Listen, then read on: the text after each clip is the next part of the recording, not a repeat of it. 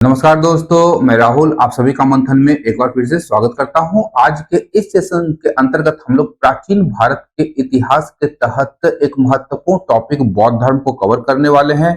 इस टॉपिक की अगर हम लोग बात करें तो आने वाले विभिन्न प्रतियोगी परीक्षाओं, विशेष रूप से अगर हम लोग बात करें तो बीपीएससी एईडी और बिहार एसआई के साथ साथ 72वीं बीपीएससी प्रीलिम्स के साथ साथ अगर आप लोग जेपीएससी प्रीलिम्स देना चाहते हैं या फिर अगर हम लोग बात करें बीएससी बीएसएससी सीजीएल की बात कर लें, बिहार एसआई की बात कर लें जिसकी चर्चा हम लोग ऊपर कर चुके हैं, रेलवे की बात कर लें या एसएससी की बात कर लें सेंट्रल लेवल की, तो सभी के लिए यहाँ से प्रश्न पूछे जाते हैं। और इस सेशन में हम लोग संपूर्ण और समग्र रूप से बौद्ध धर्म को कवर करने वाले हैंड रिटन नोट्स हैं। परफॉर्मर सीरीज के अंतर्गत ये सेशन मैं ला रहा हूँ। हिस्ट्री के साथ साथ पॉलिटी का सेशन भी हैंड रिटन नोट के साथ में आपके पास में अवेलेबल करवाया जा रहा है।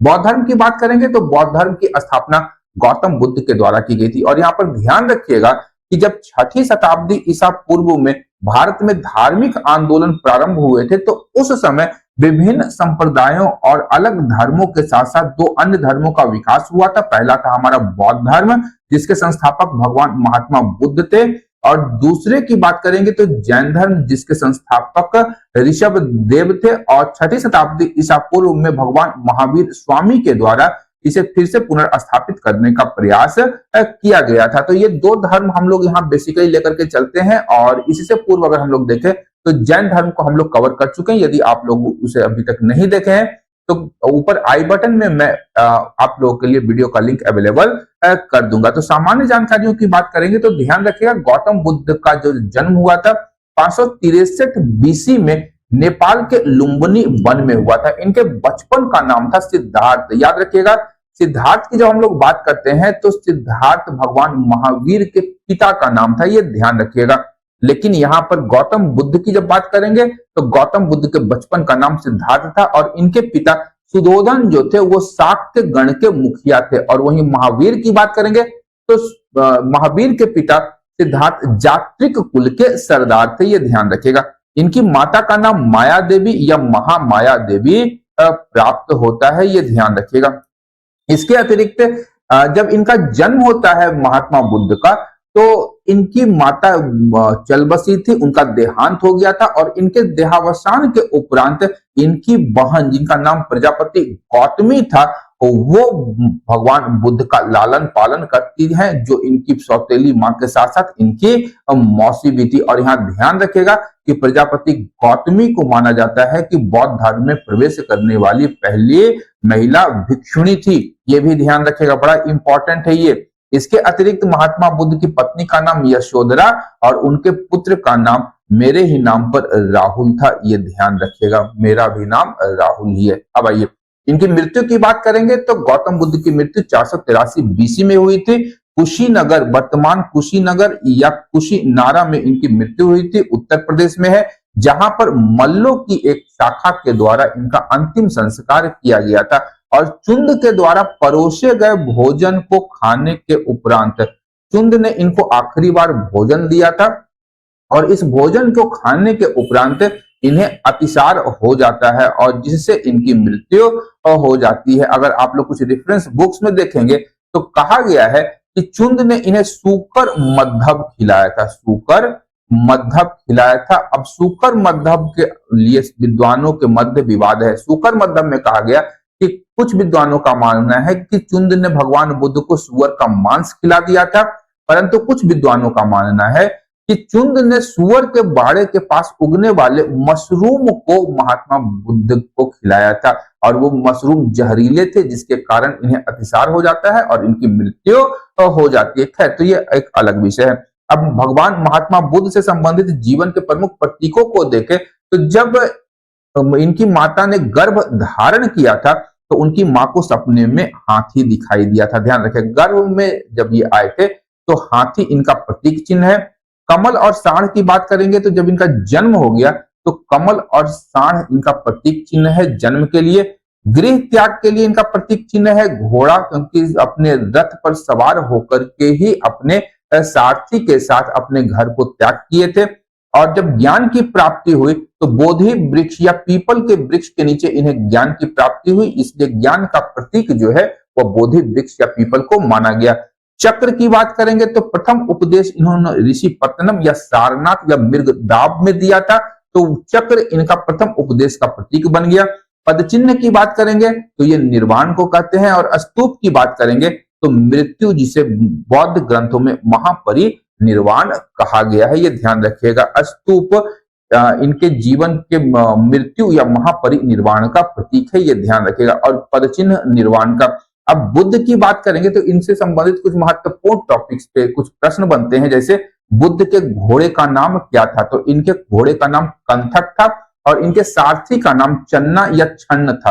चन्ना या छन्न इनका सारथी था, और इसी सारथी ने इन्हें इनके आखिरी स्थान पर उतारा था, ये ध्यान रखेगा। अनुमेय नामक स्थान था जहां पर इन्होंने अपने जो राजसी वस्त्र थे उसे त्याग करके भिक्षुओं वाले वस्त्र धारण कर लिए थे। इनके प्रमुख शिष्यों की बात करेंगे तो इनके दो प्रमुख शिष्य थे, एक आनंद और एक उपाली। ध्यान रखिएगा, पहली बौद्ध संगति में जब सूत पिटक और विनय पिटक का पाठ हुआ था तो आनंद ने सूत पिटक का पाठ किया था, ये ध्यान रखिएगा। सूत पिटक का पाठ किया था, और उपाली जो थे इन्होंने विनय पिटक का पाठ किया था, ये ध्यान रखेगा। आगे हम लोग बौद्ध संगति के अंतर्गत इसे कवर करेंगे, लेकिन यहाँ पर भी आप लोग इसे ध्यान में रखेंगे। अब यहाँ पर अगर हम लोग बात करें कि आखिर महात्मा बुद्ध को सन्यासी बनने का क्या सूझा, क्यों वो सन्यासी बने, तो यहाँ ध्यान रखिए कुछ कहावतें हैं या कुछ कहानियां हैं। उसमें कहा गया था कि जब इनका जन्म होने वाला था तो भविष्यवाणी हुई थी कि बड़ा होकर के या तो यह चक्रवर्ती सम्राट बनेगा या एक बहुत बड़ा सन्यासी बनेगा। तो यहाँ पर ध्यान रखिएगा, इनके पिता ने इनके ऐशो आराम के लिए सारे प्रबंध कर दिए, लेकिन जब एक दिन ये कपिलवस्तु की सैर पर निकलते हैं तो इन्होंने 4 दृश्य देखे। पहले दृश्य में एक बूढ़े व्यक्ति को देखते हैं, उसके पश्चात एक बीमार व्यक्ति को देखते हैं, फिर एक मृत व्यक्ति को देखते हैं, और अंत में देखते हैं एक सन्यासी को जो बहुत ही खुश दिखाई दे रहा था। ध्यान रखिएगा, एक सन्यासी को देखते हैं, और उसके बाद ही इनके मन में यह प्रश्न उठता है कि क्यों ना सन्यासी बना जाए, और 29 वर्ष की अवस्था में बिना किसी को बताए अपने गृह का त्याग कर देते हैं। और गृह त्याग के पश्चात ये अलार कालम, जो कि वैशाली के सबसे बड़े सांख्य दर्शन के विद्वान थे, एक शिक्षक थे, उनके पास जाकर के इन्होंने सांख्य दर्शन की शिक्षा ग्रहण की, और शून्य का ज्ञान इन्होंने अलार कालम से ही प्राप्त किया था। इसके पश्चात ये रुद्रक रामपूत के पास जाते हैं, जो कि कश्मीर में शिक्षा प्रदान राजगीर में शिक्षा प्रदान करते थे। कश्मीर नहीं, अभी मेरे दिमाग में माफ करें जब मैं ये वीडियो रिकॉर्ड कर रहा हूं तो कल की घटना थी। हमारे दिल्ली में एक आतंकवादी बम ब्लास्ट हुआ है, और उसमें कहीं ना कहीं जो लिंक्स दिखाई दे रहे हैं अभी तक के अनुसार, तो कश्मीर से लिंक जुड़ते हुए दिखाई दे रहे हैं, जैसा कि समाचार स्रोतों में, विभिन्न समाचार स्रोतों में ये बताया जा रहा है। तो कश्मीर पढ़ते हुए अभी एक आर्टिकल ही में पढ़ रहा था इस बम ब्लास्ट से संबंधित, तो वहां पे कश्मीर नाम ध्यान में रह गया था। खैर, तो जो भी व्यक्ति को क्षति हुई है या जिनका अभी निधन हुआ है इस कायरतापूर्ण बर्बर कार्रवाई में, उन सभी आत्माओं को सबसे पहले हम लोग श्रद्धांजलि देते हैं। और इस प्रकार की घटनाएं किसी भी सभ्य समाज में नहीं घटनी चाहिए। कोई भी व्यक्ति इस प्रकार के कृत्य में भाग न ले, ये हमारा यहाँ से अनुरोध है, ये ध्यान रखिएगा।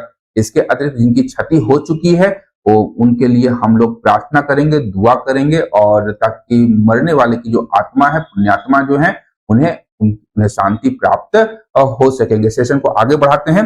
तो द्वितीय गुरु थे महात्मा बुद्ध के रुद्रक रामपूत, जो कि राजगीर में निवास करते थे, और इनसे भगवान गौतम बुद्ध ने योग का ज्ञान प्राप्त किया था। ध्यान रखिएगा, योग का ज्ञान और शून्य का ज्ञान, ये प्रश्न आपसे पूछा जा सकता है कि महात्मा बुद्ध ने शून्य का ज्ञान किससे प्राप्त किया था, तो अलार कालम से शून्य का, और योग का रुद्रक राम पुत्र से। इसके पश्चात जब ये जाते हैं तो उरुवेला, वर्तमान उस समय का तत्कालीन गया, आज का गया, तो वर्तमान गया में ये तपस्या करने के लिए जाते हैं। तो वहां पर उन्हें 5 साधक पहले से मिलते हैं जिनके नाम थे कौंडिन्य। कौंडन नाम दिया गया है, लेकिन ये नाम था आपका कौंडिन्य, ये ध्यान रखेगा। इसके अतिरिक्त बप्प है, ये आपका बप्पा थे। असागी थे, असागी। इसके अतिरिक्त आपका भादिया और महानामा, भादिया और महानामा, ये 5 साधक उरुवेला में महात्मा बुद्ध से मिलते हैं, और इनके साथ महात्मा बुद्ध तपस्या करते हैं। लेकिन जब इन लोगों ने देखा कि महात्मा बुद्ध और इन्हें किसी प्रकार के ज्ञान की प्राप्ति नहीं हो रही है, तो ये पांचों साधक महात्मा बुद्ध को छोड़ करके ऋषिपत्तनम या सारनाथ चले जाते हैं और वहां पर ये तपस्या करना प्रारंभ कर देते हैं। आगे की कहानी हम लोग बाद में देखेंगे कि किस प्रकार से फिर से महात्मा बुद्ध इन पांचों साधकों से जाकर के ऋषिपत्तनम या सारनाथ में मिलते हैं। तो यहाँ पे लौटते हैं अपने सब्जेक्ट पे। तो ध्यान रखिएगा कि 35 वर्ष की आयु में महात्मा बुद्ध को ज्ञान की प्राप्ति होती है, 6 वर्षों की कठोर तपस्या के उपरांत। और वह दिन था आपका वैशाख पूर्णिमा। नदी थी आपका निरंजना, जो कि वर्तमान फल्गु नदी के किनारे है, फल्गु नदी के नाम से जानी जाती है। और पीपल या बोधि वृक्ष के नीचे वर्तमान बिहार राज्य के बोध गया में इन्हें ज्ञान की प्राप्ति हुई है। और पीपल वृक्ष को इनके ज्ञान की प्राप्ति के उपरांत बोधि वृक्ष कहा गया। और शहर जहां पर इन्हें ज्ञान की प्राप्ति हुई उसे बोध गया क्या कहा गया। बुद्ध के उपदेशों की बात करेंगे तो इन्होंने अपना प्रथम उपदेश सारनाथ या ऋषिपत्तनम में ही दिया था। अब ये ध्यान रखिएगा कि जो पांचों साधक इन्हें उरुवेला में छोड़ करके आए थे, तो वहीं पर सारनाथ में इन्होंने बप्पा भादिया, कौंडिन्य महानावा और अस्सागी, इन पांचों को सारनाथ में सबसे पहली बार इन्होंने अपना उपदेश दिया था। और वहीं पर संघ की स्थापना भी बुद्ध के द्वारा की गई थी, सारनाथ में ही। ये ध्यान रखिएगा, बड़ा इंपॉर्टेंट है। ऋषिपत्तनम या इसका एक अन्य नाम आपको दिखाई देगा मृग दाव, ये ध्यान रखिएगा। सर्वाधिक उपदेश की बात करेंगे तो गौतम बुद्ध ने सर्वाधिक उपदेश श्रावस्ती में दिए, जो कि कौशल देश की या कौशल महाजनपद की राजधानी थी। इनकी उपदेशों की जो भाषा थी वह पाली थी। और अन्य राज्यों की बात करेंगे तो कौशल के अतिरिक्त वैशाली, कौशाम्बी प्रमुख राज्य है, जहां पर इन्होंने या फिर मगध में इन्होंने अपने उपदेश दिए थे। बौद्ध दर्शन और सिद्धांत की अगर हम लोग बात करेंगे तो ध्यान रखना है हमें कि बौद्ध धर्म में 4 आर्य सत्यों को बताया गया है। अब ये आर्य सत्य क्या है समझिएगा इसे। पहला दुख है, दुख है तो उस दुख का कोई कारण है। अब अगर कोई कारण है तो उस कारण का निदान भी संभव है। और इस निदान का उपाय कहां पर दिखाया गया है, तो बुद्ध के द्वारा दर्शाए गए अष्टांगिक मार्ग में। ये ध्यान रखिएगा, उपाय का वर्णन जो है ये किया गया है अष्टांगिक मार्ग में। दुख, दुख का कारण, निदान और उसका उपाय, 4 आर्य सत्य महात्मा बुद्ध के द्वारा बताया गया है। और इस दुख का निवारण महात्मा बुद्ध ने कहा है कि अष्टांगिक मार्ग पर चलने के कारण आपका जो दुख है उसका निदान संभव है। अब ये अष्टांगिक मार्ग क्या है, तो 8 मार्ग है। यानी आपकी दृष्टि सम्यक होनी चाहिए, संकल्प सम्यक होना चाहिए, वाक सम्यक होना चाहिए, कर्म सम्यक होना चाहिए, आपकी जीविका सम्यक होनी चाहिए, व्यायाम, स्मृति और समाधि, ये सभी आपके सम्यक होने चाहिए। और ये अष्टांगिक मार्ग है, इन पर चल करके ही आपके दुखों का निदान संभव है। अब यहाँ बौद्ध धर्म की बात करते हैं तो बौद्ध धर्म में ईश्वर की मान्यता नहीं है। यानी कि बौद्ध धर्म मूलतः अनीश्वर वादी है और ईश्वर की मान्यता नहीं है। इसमें आत्मा की भी स्वीकार्यता नहीं है, लेकिन नैतिकता पर इसमें काफी ज्यादा बल दिया गया है और कर्म के सिद्धांत पर अत्यधिक बल है बौद्ध धर्म में। वहीं सत्य, अहिंसा को प्रमुखता से स्थान दिया गया, साथ ही साथ वेदों की को प्रमाणिक इसने नहीं माना है और मनुष्य के जीवन का अंतिम लक्ष्य माना है निर्वाण, या जिसे हम लोग मोक्ष भी कहते हैं। लेकिन यहाँ पे पुनर्जन्म की मान्यता में विश्वास है। आत्मा और ईश्वर की मान्यता नहीं है, लेकिन पुनर्जन्म में विश्वास है, ये ध्यान रखेगा। साथ ही साथ कर्म सिद्धांत की भी मान्यता यहाँ पे प्रदान की गई है।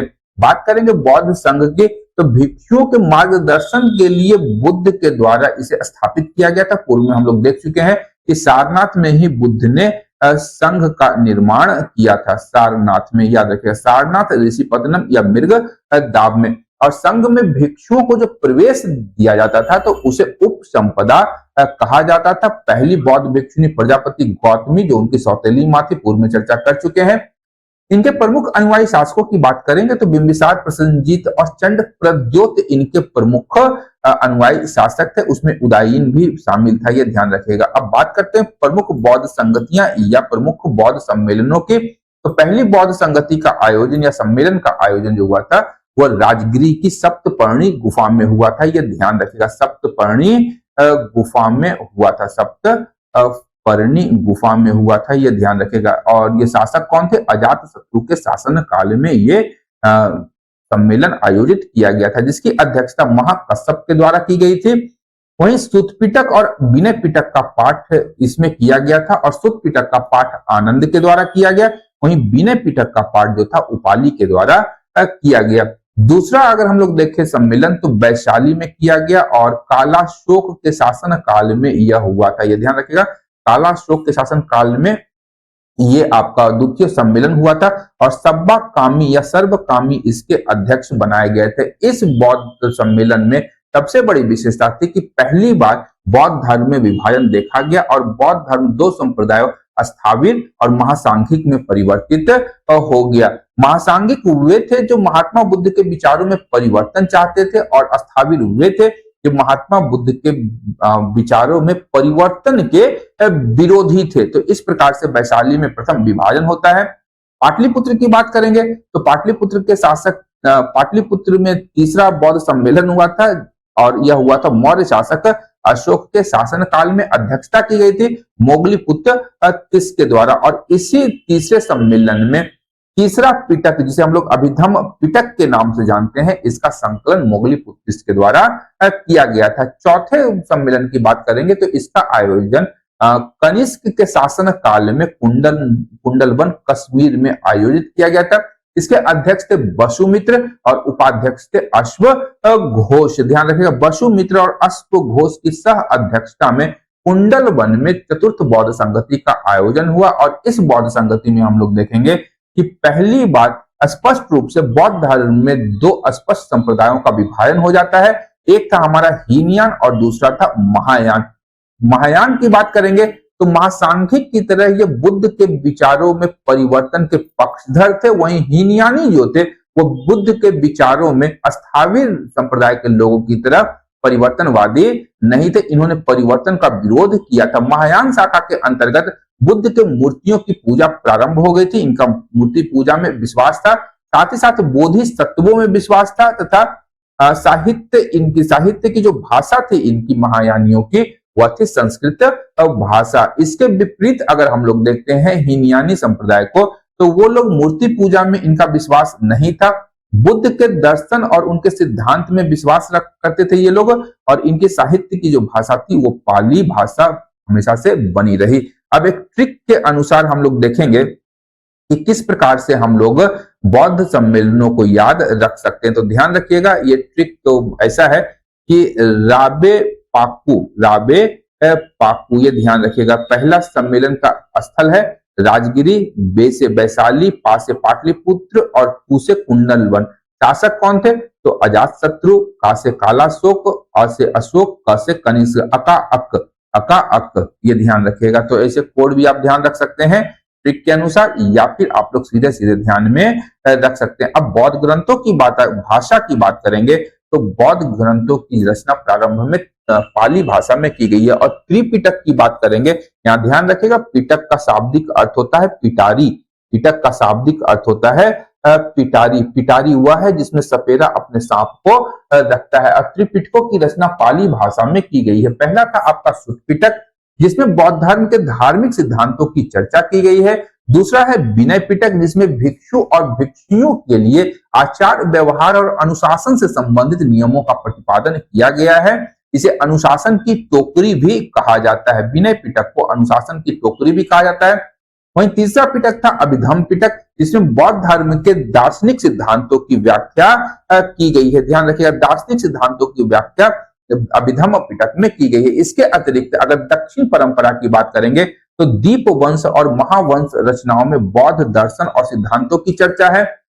तीनों पिटकों को सर्वप्रथम प्रथम शताब्दी ईसा पूर्व में श्रीलंका के शासक वत्त गामिनी के संरक्षण में लिपिबद्ध कराया गया था। ये याद रखिएगा, श्रीलंका का शासक था वत्त गामिनी और उसी के संरक्षण में इसे लिपिबद्ध करवाया गया था। अब बौद्ध पद की बात करेंगे या बुद्ध पद की, तो बुद्ध पद में चार चीजों को आप लोग को ध्यान में रखने की आवश्यकता होगी। पहला आपका चैत्य।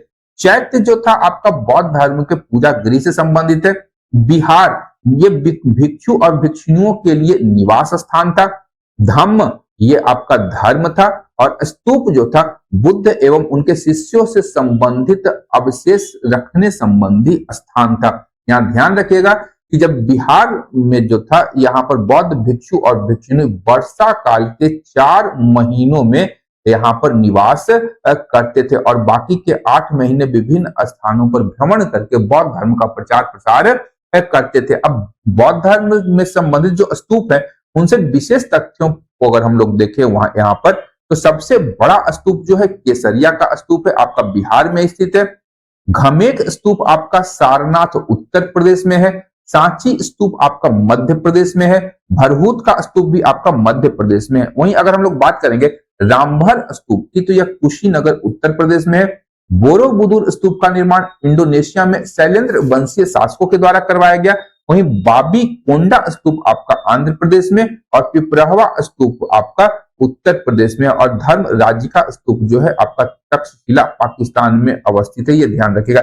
इसके अतिरिक्त अगर बात करेंगे तो स्तूप के प्रकारों में 3 प्रकार होते हैं स्तूप के, और स्तूप के शाब्दिक अर्थ की अगर हम लोग बात करें तो ध्यान रखिएगा कि इसका अर्थ होता है थूहा या ढेर। थूहा या ढेर इसका शाब्दिक अर्थ होता है। और स्तूप का प्रथम उल्लेख की अगर हम लोग बात करेंगे तो ध्यान रखिएगा कि भारतीय वैदिक ग्रंथों में स्तूप का प्रथम उल्लेख मिलता है और सबसे प्राचीनतम उल्लेख हमें ऋग्वेद से प्राप्त होता है। स्तूप का पहला उल्लेख जो है हमें ऋग्वेद से प्राप्त होता है। और स्तूप के 3 प्रकार हैं। पहला है शरीरिका, जिसमें शरीर के अवशेषों का संग्रह किया जाता था। परिभोगिका में जो वस्तु महात्मा बुद्ध या उनके अनुयायियों के द्वारा प्रयोग की गई है उन वस्तुओं का संग्रह होता था। और उद्देशिका स्तूप बेसिकली स्मृति में निर्मित किया गया था, चाहे बुद्ध की स्मृति या उनके अनुयायियों की स्मृति में निर्मित किया गया हो। अब बौद्ध विश्वविद्यालय और निर्माणकर्ताओं की बात करेंगे तो ध्यान रखिएगा 3 महत्वपूर्ण बौद्ध विश्वविद्यालय बहुत ही इंपॉर्टेंट है। पहला हमारा नालंदा यूनिवर्सिटी, जिसे बख्तियार खिलजी के द्वारा, इनफैक्ट तीनों को बख्तियार खिलजी ने ही जलाया था, चाहे आपका नालंदा हो, विक्रमशिला हो या उदंतपुरी हो। नालंदा विश्वविद्यालय की स्थापना बिहार के नालंदा जिले में राजगीर में की गई थी तत्कालीन गुप्त शासक कुमार गुप्त प्रथम के द्वारा, यह ध्यान रखिएगा। वहीं विक्रमशिला विश्वविद्यालय की स्थापना आपका भागलपुर के अंतिचक में किया गया था पाल शासक धर्मपाल के द्वारा, और धर्मपाल के पिता गोपाल ने उदंतपुरी में एक महाविहार की स्थापना कराई थी, यह भी आपका बिहार में ही है। अब अन्य महत्वपूर्ण तथ्यों की बात करेंगे तो हम लोग देखते हैं कि चतुर्थ बौद्ध संगति के बाद बौद्ध धर्म में 2 विभाजन होता है, हीनयान और महायान। यहाँ ध्यान रखिएगा एक तीसरा यान आता है वज्रयान, और यह बौद्ध धर्म की एक शाखा थी। जब हिंदू धर्म में तंत्र मंत्र का प्रचलन बढ़ता गया तो उसका प्रभाव बौद्ध धर्म पर भी पड़ा, और बौद्ध धर्म की तांत्रिक विचारधारा को ही हम लोग वज्रयान के नाम से जानते हैं। और यहाँ ध्यान रखिएगा इसी का एक प्रमुख ग्रंथ है मिलिंद पन्हो। मिलिंद पन्हो की रचनाकार जो है ये नागसेन है। नागसेन और मिनांडर या राजा मिलिंद के साथ ये वार्तालाप शैली में पाली भाषा में लिखा गया है, ये ध्यान रखिएगा। इसके अतिरिक्त एक अन्य बुक है आपका बुद्ध चरित्र, संस्कृत भाषा में लिखा गया है। कनिष्क का दरबारी कवि अश्वघोष ने इसकी रचना की है। जातक कथाओं में बुद्ध के पूर्व जन्मों की कहानियों का उल्लेख हमें प्राप्त होता है। और भारत में उपासना की जाने वाली प्रथम मूर्ति जो थी संभवतः बुद्ध की ही थी। अब दार्शनिक शब्दावली की अगर हम लोग बात करें तो महाभिनिष्क्रमण का जो अर्थ होता है महात्मा बुद्ध के गृह त्याग से है। धर्म चक्र परिवर्तन जो सारनाथ में हुआ था ये पहला उपदेश को संदर्भित करता है। निर्वाण मतलब हुआ आपका ज्ञान की प्राप्ति, और महापरिनिर्वाण का मतलब है मृत्यु, ये ध्यान रखिएगा। यहाँ निर्वाण का ज्ञान प्राप्ति नहीं होगा, ध्यान रखिएगा, ये यहाँ पे संभवतः मिसप्रिंट हो गया है, इसे आप लोग ध्यान में रखेंगे। तो खैर नेक्स्ट सेशन में मैं इसे क्लियर कर दूंगा जब हम लोग मगध जनपद को पढ़ेंगे तब। तो आज के इस सेशन में इतना ही, मिलते हैं हम लोग अगले सेशन में। तब तक के लिए धन्यवाद। देखते रहिए मंथन, क्योंकि मैं इस प्रकार के वीडियोस लाता रहता हूं। Thank you.